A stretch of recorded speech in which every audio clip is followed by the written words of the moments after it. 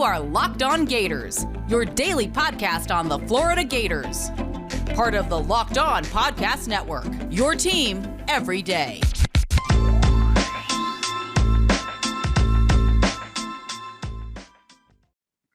Hello and welcome to another episode of Locked On Gators, part of the Locked On Podcast Network, your team every day. Happy Tuesday. I am Brandon Olsen. You can find me on Twitter at WNS_Brandon.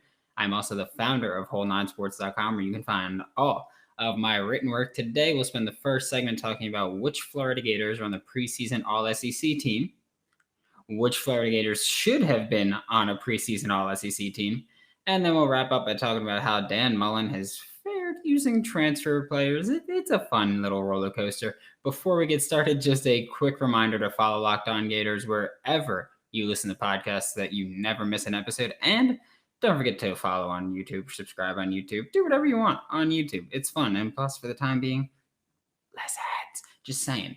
The NFL season is about to begin, and nobody covers it like the Locked On Podcast Network. August 30th through September 8th, the Locked On NFL Podcast is previewing every team and every division with the help of Odyssey's lineup of NFL experts.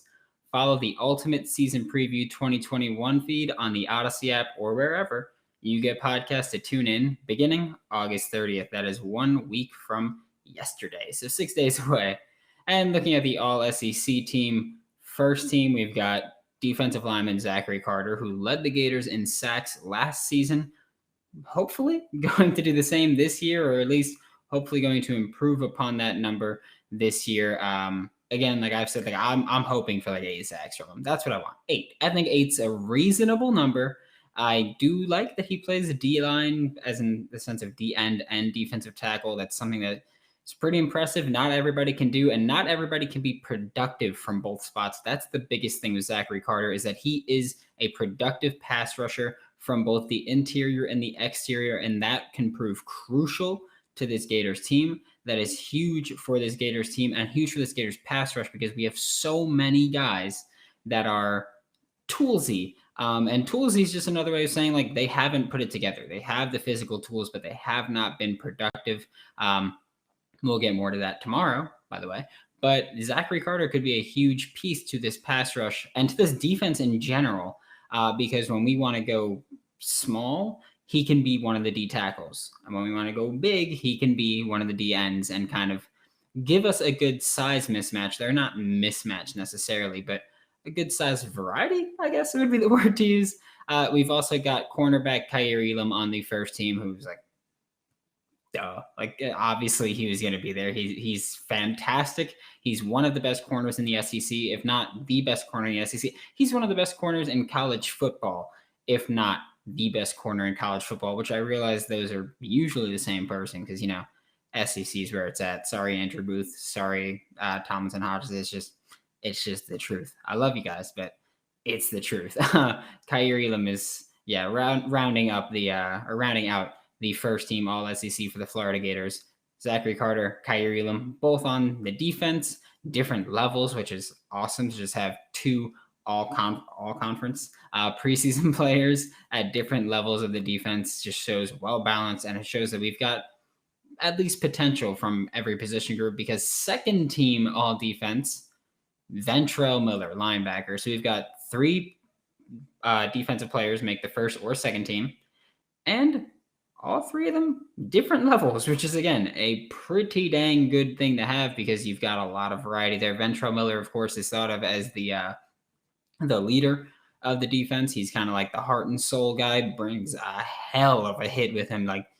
I've been hit by a lot of big dudes. I would not want to be hit by Ventral Miller. That guy is just a killer. Hopefully we get just him lighting someone up in week 1, just because, it'd be sick to see, if we're being honest. It would be really cool just to start the year off like that. Really looking forward to Ventral Miller's play this year, and hopefully he is a key part in turning this defense around, because like I mentioned, last year he was one of the people where we would have liked to see a little bit more from him, especially pass coverage wise. I would have really liked to see Ventral Miller pick it up, and hopefully this year he can pick it up, and if not, we've got more athletic and more versatile linebackers that can do so. Again, they're not going to be as good as Ventral Miller defending the run or even just commanding the defense, but there'll be less liabilities in pass coverage, and that could be enough to maybe take away a couple snaps from him if he doesn't clean up that pass coverage area of weakness, I guess I'll call it. We've got one offensive player on any of the All-SEC teams. It's not Emory. It's wide receiver Jacob Copeland. Jacob Copeland is, of course, someone who I cannot wait to see him, because we had Kadarius Toney, who Jacob Copeland won't be as freaky as Kadarius Toney. I want everybody to get that now. He will not be as freaky with the ball in his hands as Kadarius Toney, because very few, if any, players on the planet at any level of football can do what Kadarius Toney can do with the football in his hands. He is that exciting, that dynamic. But Jacob Copeland will be filling that role of the, I guess the gadgety guy would be a decent way to put it. I think that we'll see him get some carries, some short passes that he can hopefully take deep, and hopefully he'll become a legit deep threat for this offense. Third team is okay. I'll say I would have liked to see him be a little bit higher. I would have liked to see more Gators on the list in general. That could be me being biased, but it's also, I think, people, like I've been saying, sleeping on the Gators because we've had a lot of turnover.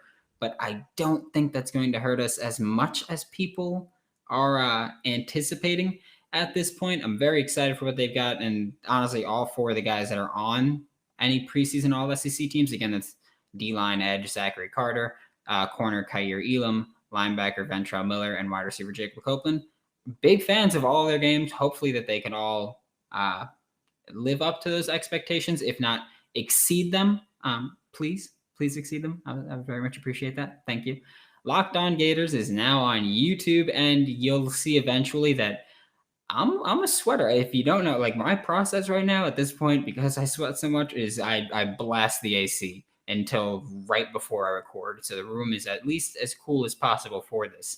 That's just how I do it. Like, it's weird. I hate it. But a couple weeks ago, I was in Miami, sweating through every shirt, including this one. It was like, which sucks because I love this shirt. But now that I'm home, I got my SweatBlock back with me. Forgot it when I left. Sorry. But it's stronger and more effective than most clinical antiperspirants and I would know. I've used plenty. You can apply it and just put it on right before bed. Go to bed, wake up, shower, and you'll be good for at least a couple of days. Like, it's guaranteed. It's just so good. And I know guaranteed sounds like too good to be true, and I get it. Believe me, trust me. I was hesitant to believe it as well, but it's damn good. Use it once or twice a week. Keeps me dry. Use promo code LOCKEDON to get 20% off at SweatBlock.com, or get it at Amazon or CVS. Need something to do with your stimulus, tax refund, GameStop, Dogecoin, NIL, home field money, whatever it is, visit rockauto.com for all of your car parts needs. The rockauto.com catalog is unique and remarkably easy to navigate, and I would show you my cards back there, but I'm not going to pick up the whole camera and rotate it just to show you. But if I ever need anything, I'll be sure to check out rockauto.com, whether it's brake pads, tail lights, what else is there? The fuzzy dice in the mirror joke, which, by the way, Fresh Prince, if you're living under a rock. That's where that reference is from. Go to rockauto.com right now to see all the parts available for your car or truck, whether it's for your classic or daily driver. Get everything you need in a few easy clicks delivered directly to your door. I do that every time, by the way. Now that it's on YouTube, you'll learn. Right, Locked On in there. How did you hear about us box? So that they know exactly who sent you. And now we're talking about who should have made the All-SEC preseason teams, and I've got a couple opinions about it. First up, I'm starting with Corey Gamble. Should have been tight end 3 over Nick Muse from South Carolina. Like, no offense to Nick Muse, but you're not that guy, pal. It's Corey Gamble. He is that guy. He's more explosive than Nick Muse, without a doubt. He's got more legitimate passing down experience than Nick Muse. And while, of course, Gamble won't have Kyle Pitts level production at tight end, because nobody can. Like, I know that there are Gators fans that think we're going to become just a tight end production factory. We're going to be a tight end factory in the sense if we produce tight ends and get them to the NFL, and they will succeed in the NFL. I have no doubt about that. My point is that we're not going to have tight ends that put up as many stats as gaudy stats as Kyle Pitts could do, because there's very few tight ends ever that have been as talented as Kyle Pitts is. So don't get your hopes up production wise there, but we will be putting NFL tight ends on the field week in, week out, year in, year out. That's something that I know and I can guarantee it. And Gamble is going to be the first guy to be like, hey, Kyle Pitts wasn't like this recency fluke. Like, we are tight end you, and there's no question about it. You'll learn. Trust me. Just know that. Florida had no offensive linemen on any of the teams, which is the least shocking thing I've ever seen. Florida had one of the most inconsistent offensive lines last year. It was pretty rough. But I mean, this year we're hoping for improvement, but I get it. It's hard to put any real faith in them. So I get not making it with no running back. Different case, but I also get why we didn't have any running backs on any of the teams. The offensive line, we didn't have anybody because our offensive line has been way too inconsistent. Running back, there are too many opportunities to go around, too many mouths to feed to really say that one guy is going to break out with any certainty or any kind of faith that we know it will happen. So I get not having any running backs from Florida on any of the All-SEC teams. Also, to be fair, none of our running backs have proven that they are better than a good deal of the running backs that were even in consideration there, because, of course, the SEC is where running backs live, grow, and just become monsters. So I'm not surprised we didn't have any running backs. I get it. I do think that we have talented running backs, but I don't know if we have all conference running backs, and I don't think any of them will see enough playing time or touches, really. Playing time maybe, but touches is where I think we get kind of lost in the shuffle there, just because we have 4 or 5 guys that could get significant snaps in any given week. So I think that it's going to be hard to say any of them will put up the consistent season-long production to really be in consideration for any all-conference teams, which is fine because we're still going to put out talented running backs and we're still going to get them into the NFL at some point, most likely. Next, we have Brenton Cox Jr. didn't make it, which I was a little shocked about.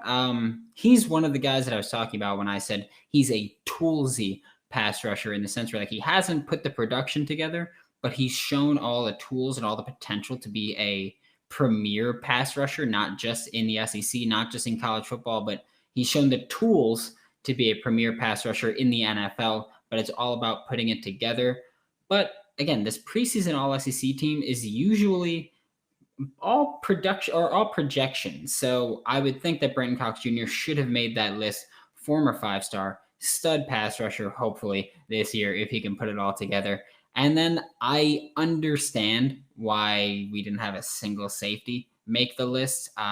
None of them really got the playing time and exposure last year. Trey Dean got a significant amount of playing time, sure, but I don't think he got enough or was put into enough positions to really be that guy at this point, which is fine. Like I'm not upset about neither Trey Dean nor Rashad Torrance making the All-SEC preseason team, because I think that at least one of them will at the end of the year. That's why I'm pretty like whatever about it. We know I'm very high on our safeties. I don't care that they didn't make a preseason team because I'm pretty confident they'll make a postseason team. And that's more important when it comes down to it. You know, when you're talking about someone's accolades, you don't go, they're a preseason All-SEC in 2021. No, you go, they were a All-SEC player in 2021. So don't care that they didn't make the preseason. I think they'll both make at least one SEC postseason team, maybe one first team, one third team, both first team, hopefully. I don't know. Hopefully, but I think that they'll both at least make a postseason All-SEC team. Think the Gators have a shot at the Natty this year. If you're confident, BetOnline currently has plus 2,800 odds, and I'm just saying, I'm going to take them. BetOnline is the fastest and easiest way to bet on all of your sports or non-sports action. BetOnline even covers award shows, TV shows, and reality TV with real-time updated odds and props on almost anything you can imagine. It is the best way to place your bets, and it's 100% free to sign up. Head to the website or use your mobile device today, which is, by the way, mobile device. That's how I do it. I just pulled my whole charger. Go ahead. Use promo code LOCKEDON, LOCKEDON, and get a 100% welcome bonus on your first deposit. We're ramping it up for football season. BetOnline, your online sportsbook experts. Home field, we love you right here. We love you so much. They added Miami, Georgia, and Washington to their list of big news Saturday schools. Florida added Miami, Georgia, and Washington to the list of schools that could not beat their record. Sorry, guys, you just really didn't stand a chance, if we're being completely honest. Florida's that school. If you want proof that it's the biggest school, just look at the record. Like, it seriously, Florida demolished everybody. Georgia held a candle. That's it, though. Everybody else got absolutely stomped out by Florida. We are that school. Thank you to everybody who participated in Big News Saturday with the Florida Gators, because I know I had an absolute blast participating in it. I'm still talking trash to every school that gets announced for Big News Saturday. This week it's Boise State, and I mean, come on. we know you don't stand a chance. Love you, love the colors, but you don't stand a chance, Boise State. Sorry. You're just going to be another one that bites the dust. Don't forget to use promo code LOCKEDONGators for 15% off of your first purchase with homefieldapparel.com. It's seriously, the collection is beautiful if you haven't seen it yet. And now we're talking about Dan Mullen using transfer players and how they've fared during his tenure with the Florida Gators only. We're not talking about anything he did with Mississippi State. That's just not the focus of the show at all. I'm going to start off with John Grenard in 2019. Transfer from Louisville, edge, if you don't remember, which you should, an edge player that transferred from Louisville with Todd Grantham, who's Florida's DC. He was a DC in Louisville, and they both came to Gainesville in 2019. Grenard, 10 sacks with Florida, which was fantastic because he led the team, and he was top 20 in the entire country in sacks for that season. So it was fantastic. He ended up getting drafted by the Houston Texans. He's still there, and he's hopefully taking on a much bigger role this year on a team that desperately needs some kind of talent somewhere. Then in 2020, Dan Mullen brought in a lot of guys. It was like 8 transfers, but I'm talking about 3 right now specifically.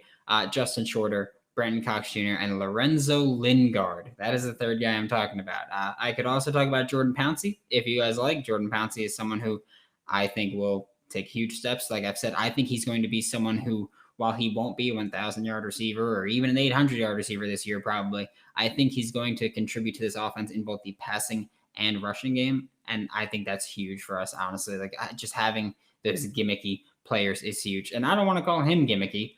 That's because that has, like, negative connotations with a lot of people, but you're talking to me, gimmicky, gadgety, whatever you want to call it, that's a plus. Like, so huge. Can't wait. But Shorter, Cox, and Lingard, all 3 were all former 5-stars. Lorenzo Lingard's been practically non-existent. He's been struggling with injuries, and that's really the incredibly unfortunate part of his college career so far, is that he's been unable to stay healthy and unable to stay productive for teams. But hopefully this year he can stay productive. We've got a lot of running backs, a lot of mouths to feed, and hopefully he'll be someone that can kind of step up a bit. Justin Shorter's another former 5-star, obviously, as they all are. But Shorter's had to wait his turn, you know? I mean, that's what happens when you're looking at a blue blood program like the Florida Gators. You have to wait your turn, but hopefully Justin Shorter will see a much expanded role this year with all the skill position turnover. He's listed currently as a starting X receiver, projected to be the starting X receiver for us, which would be beautiful. Big fan of his. He'd be replacing Trayvon Grimes and filling that Trayvon Grimes role, possibly more productive than Trayvon Grimes. I think he's certainly more explosive than Grimes was. I think he'll have higher yards per catch, maybe more touchdowns, maybe more catches in general. But I think if he doesn't have like more yards in general, more touchdowns maybe, and maybe not more catches, it'll be because we run the ball much more. But I think on a per catch or per target basis, Justin Shorter will be more productive than Trayvon Grimes was. And I love Trayvon Grimes last year. And then Brenton Cox Jr., I already spoke a little bit about him when just speaking about the All-SEC teams, and I think he was a bit of a snub. I think he should have at least been a third team. Personally, I would have put him second team just because there's a lot of hype built around him, very high expectations around his name right now, and he's someone that we kind of expect to have a very productive year. He's another one, like I mentioned, Zachary Carter, I'm hoping 8 sacks. Brenton Cox Jr., I'm hoping 8 to 10, 8 to 12 maybe. Like I'm hoping for a very productive pass rushing season from him. He's shown the tools to be a premier pass rusher in, again, not just SEC, not just college football, but all of football. So hopefully he can at least take the next step or two to becoming that guy and really living up to his former 5-star status. Looking at 2021, obviously I can't talk about how they've produced or how they've played so far, but I mean, I could look at some of the guys that I think are going to be big time impact players. You've got Elijah Blades and Jadarius Perkins. We'll likely see at least some playing time this year, which I'm hoping we'll see. At least some. Again, we've got a lot of talented defensive backs, so we could see a lot of rotation, Alabama style, if we're really going to look at it that way. I mentioned that yesterday, like Alabama changes players incessantly. We can do that at certain levels of the defense this year. I mentioned it with safeties yesterday. I'm looking at corners now in star position. Both of these guys can kind of fill that role. Elijah Blades, very late addition to the team, so he probably won't be super productive and probably won't play much early on. But as the season goes on, injuries will happen. Guys will get fatigued. Hopefully Blades will pick up on the system by then and develop there. If Caleb Boateng found playing time, wouldn't surprise me at all. This offensive line is very inconsistent, or they were last year. This year, who knows? That's my biggest thing. This offensive line is our biggest question mark without a doubt. And that's even with a team changing Heisman candidate quarterback. I think offensive line is still the biggest question mark because it was the biggest question mark all season last year. Looking at Daquan Newkirk and Antonio Valentino on the other line, they're both expected to be starters in the middle of that D-line. Antonio Valentino is more the nose tackle kind of guy. Daquan Kirk is probably going to be more of a 3T. But even then, it depends, because if we have Zachary Carter bump inside, then Daquan Newkirk will probably be the defensive tackle that comes off of the field. So Antonio Valentino, I'm expecting huge things. Penn State transfer. Loved him while he was at Penn State. More of Antonio Shelton then, but, it is what it is. But Daquan Newkirk will probably be the guy that come off when Zachary Carter steps on. And Demarcus Bowman's the last transfer I'm going to talk about because he's someone that I've spoken about extensively, and I want to continue doing so, where I think he's got so much potential to be an explosive playmaker in both the passing and rushing game, where I think he's just going to get manufactured touches probably, but still touches, and I think he's going to be productive. We saw in practices and scrimmages, he's had huge plays. I would expect the same thing from him when it comes game time in a week and a half, baby. Like, we're almost there. But that about does it for today's episode of Locked On Gators. Join me tomorrow, as like I hinted before, we'll take a look into how the Gators can improve their pass rush from last year to this year. Once again, my name is Brandon Olsen. You can find me on Twitter at WNS_Brandon. You can also find all of my written work with Whole Nine Sports. This is WHOLENINE Sports. Be sure to check out Locked On Fantasy Football, hosted by Vinny Iyer, part of the Locked On Podcast Network. I don't know about you, but I've got a fantasy draft this week. I've got 2 more next week. I've got 1 the week after. I've got a lot of fantasy drafts coming up, and I'm going to get all of the help that I can. And yeah, Vinny's going to be my main guy for that. Betting on the Gators doesn't have to be a guessing game if you listen to the new Locked On Bets podcast hosted by your boy Q and handicapping expert Lee Sterling. Get daily picks, blowout specials, wrong team favorite picks, and Lee Sterling's lock of the day. Follow the Locked On Bets podcast brought to you by BetOnline.ag.